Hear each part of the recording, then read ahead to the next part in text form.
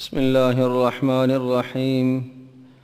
وعن عائشة رضي الله تعالى عنها أن رسول الله صلى الله عليه وسلم خرج من عندها ليلا قالت فغرت عليه فجاء فرأى ما أصنع فقال ما لك يا عائشة أغرت؟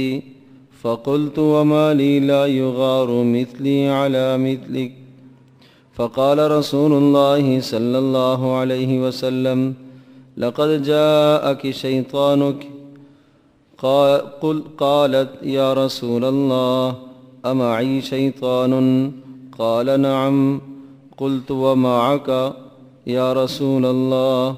قال نعم ولكن أعانني الله عليه حتى أسلم أو كما قال عليه الصلاة والسلام. رواہ مسلم.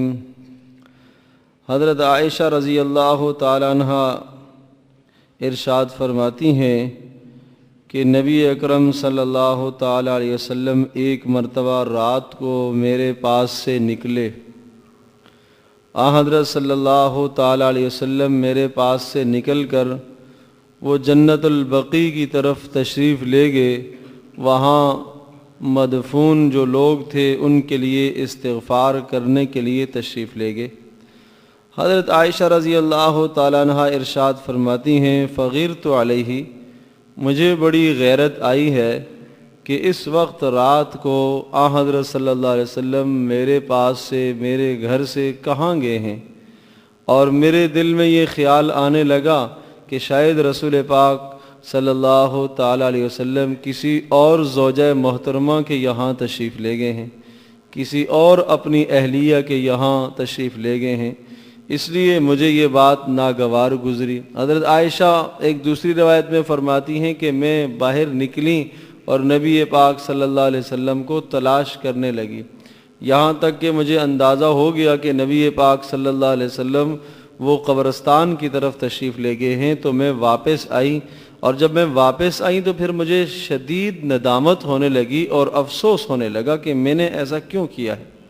چنانچہ نبی پاک صلی اللہ علیہ وسلم فوری واپس آ گئے.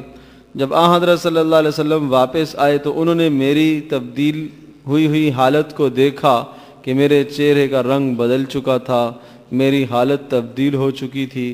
تو نبی پاک صلی اللہ علیہ وسلم نے مجھے ارشاد فرمایا کہ عائشہ کیا ہوا آپ کو، کیا تو بھی میرے اوپر غیرت کرتی ہے؟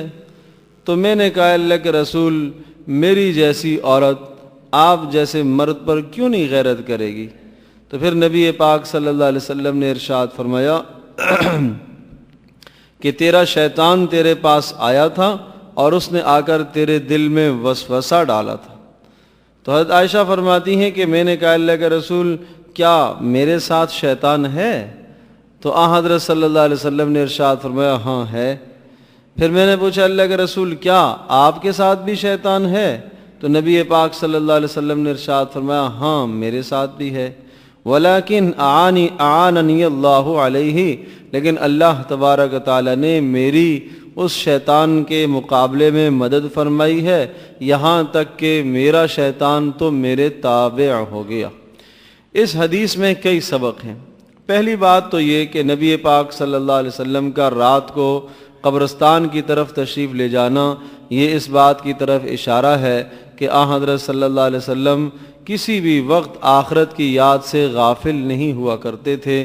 کبھی جب بھی آخرت کا خیال آ جاتا اور حشر اور قبر کا خیال آ جاتا تو رسول پاک صلی اللہ علیہ وسلم اپنے لیے بھی اور دیگر مردوں کے لیے بھی استغفار فرمایا کرتے تھے. تو معلوم یہ ہوا کہ راتوں کو بھی اگر مرد حضرات قبرستان کی طرف جائیں اور نبی پاک صلی اللہ علیہ وسلم کی سنت کی نیت کرتے ہوئے جائیں تو بہرحال باعث اجر ہے. دوسری بات یہ ہے کہ عائشہ رضی اللہ تعالیٰ عنہ کی غیرت کا ہونا، یہ کون سی غیرت ہے؟ یہ فطرتی غیرت کہلاتی ہے کہ ایک بیوی کو اپنے شوہر کے حوالے سے یہ بات ناگوار گزرتی ہے کہ اس کا شوہر کہیں اور جائے. یہ ایک عورت کی فطرت ہوا کرتی ہے. اور رسول پاک صلی اللہ علیہ وسلم کی دیگر ازواج مطہرات بھی تھیں۔ حضرت صلی اللہ علیہ وسلم باری باری تمام ازواج مطہرات کے یہاں جایا کرتے تھے اور راتوں کو قیام فرمایا کرتے تھے۔ ایک رات کو ایک زوجہ محترمہ کے یہاں قیام ہوتا تھا، دوسری رات کو دوسری زوجہ محترمہ کے یہاں قیام ہوتا تھا۔ تو حضرت عائشہ رضی اللہ تعالیٰ عنہ نے پہلے یہ سمجھا کہ آج تو میری باری ہے اور میرے پاس رکنے کا نمبر ہے۔ نبی پاک صلی اللہ علیہ وسلم اچانک نکل کر چلے گئے، شاید کسی اور زوجہ محترمہ کے گھر میں آپ علیہ السلام تشریف لے گئے، اور حضرت رسول پاک صلی اللہ علیہ وسلم نے حضرت عائشہ کو بتایا کہ عائشہ تیرے دل میں یہ شیطان نے وسوسہ ڈالا تھا، شیطان آیا اور اس نے تیرے دل میں میرے خلاف وسوسہ ڈالا۔ تو اس سے ایک بہت بڑا سبق ملتا ہے کہ شیطان میاں بیوی کے درمیان میں وسوسے ڈالتا ہے، غلط وسوسے ڈالتا ہے، مرد کو عورت کے متعلق بدگمان کرتا ہے، عورت کو مرد کے متعلق بدگمان کرتا ہے، لیکن عقل مند لوگ وہ شیطان کے بہکاوے میں نہیں آیا کرتے، بلکہ حقیقت سمجھا کرتے ہیں، تحقیق کو دیکھا کرتے ہیں کہ صورتحال کیا ہے۔ بسا اوقات مرد کے دل میں عورت کے خلاف وسوسہ شیطان ڈالتا ہے، بھڑکانے کی کوشش کرتا ہے، بدگمانی پیدا کرتا ہے، جس سے آدمی کسی اقدام کو کر بیٹھتا ہے، بعد میں اسے شرمندگی ہوتی ہے۔ اور بسا اوقات عورت کے دل میں شیطان وسوسہ ڈالتا ہے مرد کے متعلق، شوہر اگر تاخیر سے آیا ہے، دیر سے آیا ہے، تو شیطان اسے وسوسہ ڈالتا ہے۔ شوہر کو چاہیے کہ ایسی حالت میں جیسے ہی گھر میں داخل ہو فوراً اپنی صفائی آدمی پیش کر دے، تاکہ اگر کوئی شیطان نے وسوسہ اور خیال ڈالا ہے تو اس وسوسے کا ازالہ ہو سکے۔ اور اول تو اس بات کا اہتمام کیا جائے، نبی پاک صلی اللہ علیہ وسلم کا بھی یہ معمول ہوتا تھا کہ وہ اطلاع فرمایا کرتے تھے۔ یہ رسول پاک صلی اللہ علیہ وسلم کا اسوہ حسنہ ہے کہ حضرت صلی اللہ علیہ وسلم اپنے گھر سے بھی رابطے میں رہتے تھے، تو مردوں کو بھی چاہیے کہ وہ بھی اس رابطے کو قائم رکھیں تاکہ کسی قسم کی بدگمانی عورتوں کے دلوں میں شوہروں کے متعلق نہ پیدا ہو۔ اور تیسری جو بات ہے وہ یہ کہ نبی پاک صلی اللہ علیہ وسلم نے حضرت عائشہ رضی اللہ تعالیٰ عنہ سے ارشاد فرمایا کہ تیرے پاس شیطان آیا تھا، اور حضرت عائشہ نے عذر تعجب پوچھا کہ اللہ کے رسول کیا میرے پاس بھی شیطان اور میرے پاس بھی شیطان ہے، مجھے بھی ورغلاتا ہے؟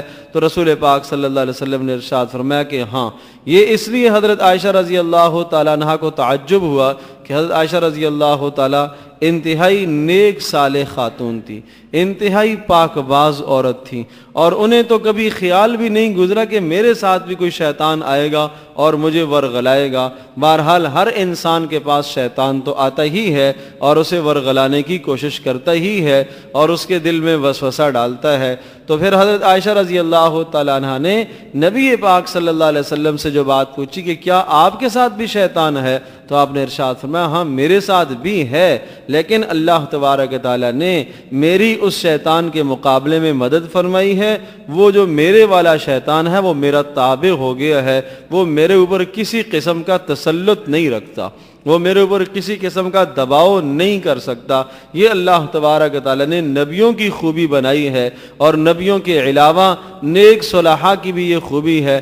البتہ تھوڑا سا فرق ہے کہ نبی شیطان کے وسوسے سے، خیال سے بالکل مبرہ اور پاک ہوتا ہے، معصوم ہوتا ہے، لغزش سے، خطا سے، گناہ سے نبی پاک ہوا کرتا ہے، صغیر گناہ سے، کبیر گناہ سے نبی پاک ہوتا ہے۔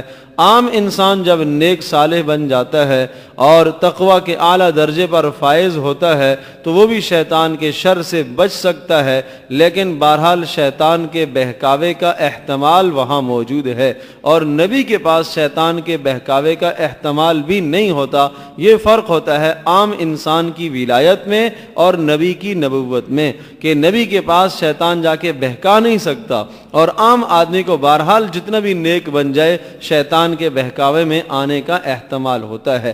چنانچہ امام احمد بن حنبل رحمۃ اللہ علیہ کے متعلق آتا ہے کہ جب ان کا انتقال ہونے لگا تو اس انتقال کے موقع پر لوگوں نے انہیں کلمے کی تلقین کی۔ جب لوگوں نے کلمے کی تلقین کی تو ان کی زبان پر ایک کلمہ جاری ہو گیا، نہیں نہیں۔ تو اب لوگ حیران ہو گئے کہ ہم انہیں کلمے کی تلقین کر رہے ہیں، لا الہ الا اللہ کی تلقین کر رہے ہیں اور یہ انکار کر رہے ہیں۔ تھوڑی دیر کے بعد جب افاقہ ہوا تو لوگوں نے پوچھا کہ حضرت ہم آپ کو کلمے کی تلقین کر رہے تھے اور آپ نہیں کر رہے تھے۔ تو ارشاد فرمایا مجھے اس کا تو احساس نہیں ہے، البتہ یہ مجھے احساس ضرور ہوا کہ شیطان میرے پاس آیا تھا اور مجھے یوں کہنے لگا کہ آپ میرے بہکاوے سے محفوظ ہو کر جا رہے ہیں۔ تو میں نے کہا نہیں ابھی نہیں، جب تک جان میں جان ہے تیرے بہکاوے میں آنے کا احتمال موجود ہے، نہیں بچ سکتا ہوں جب تک میرے اللہ نہ چاہیں اور میرا اللہ میرے اوپر مہربان نہ ہو جائے۔ تو میرا عزیز دوستو اور بزرگوں، اس سے پتہ چلتا ہے کہ آدمی کو ہر وقت اس بات سے بچتے رہنا چاہیے، ڈرتے رہنا چاہیے کہ کہیں انسان شیطان کے بہکاوے میں نہ آ جائے اور کسی گناہ کے دلدل میں انسان نہ پھنس جائے جس کی وجہ سے آدمی کی ہلاکت اور بربادی ہو۔